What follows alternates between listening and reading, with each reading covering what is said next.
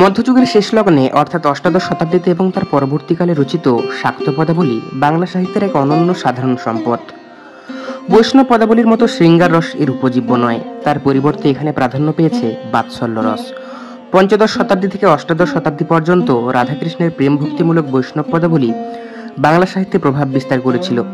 ধীরে ধীরে রাধাকৃষ্ণের প্রণয়লীলা জাতীয় জীবনে তার গুরুত্ব হারিয়ে ফেলে এবং মাতৃদেবীর পূজার্চনার প্রভাব বিস্তার করে।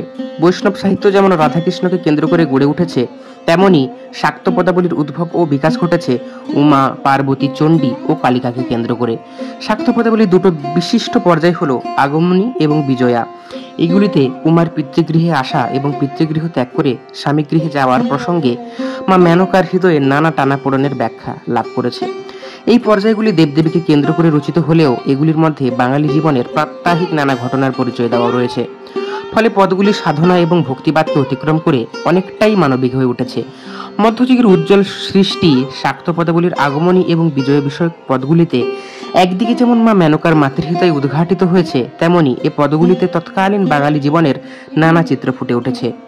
আমাদের পার্বণের আজকের নিবেদন এই শাক্ত পদাবলীটি অন্তর্গত একটি প্রচলিত সঙ্গীত। সঙ্গীতটি পরিবেশন করবেন শ্রী সুমন ভট্টাচার্য মহাশয়।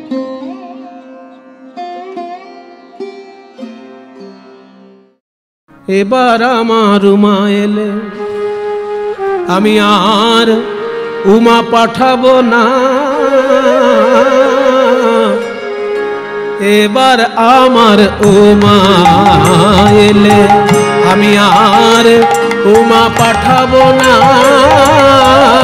ওগো বলে বলুক লোকে মন্দ, বলে বলুক লোকে মন্দ, আমি কারো কথা শুনবো না।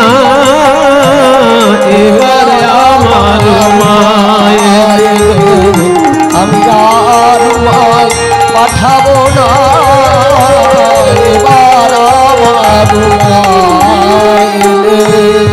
স্বয়ং শিব যদি এসে আমার পায়ে ধরে, শিব ঠাকুরের পায়ে সারা বিশ্ব ধরে আমি শুনেছি, ওই শিব যদি আমার পায়ে ধরেও বলে যে আমার গিন্নিকে যেতে দিন, আমি তার কথাও রাখবো না।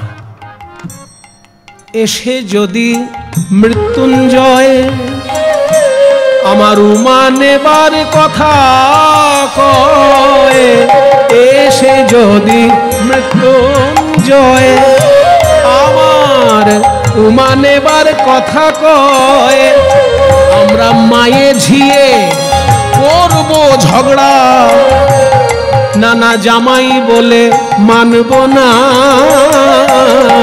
এবার আমার উমা এলে, আমি আর মায় পাঠাবো না। এবার আমার উমা এলে, না না না না, আর উমা পাঠাবো না। এবার আমার উমা এলে, তাই দ্বিজ রাম প্রসাদে কয়, বলিয়ে দুঃখ কি প্রাণে সয়। দ্বিজ রাম প্রসাদে কয়, এ দুঃখ কি প্রাণে সয়। শিব শ্মশানে মশানে ঘরে, ঘরের ভাবনা ভাবে না। এবার আমার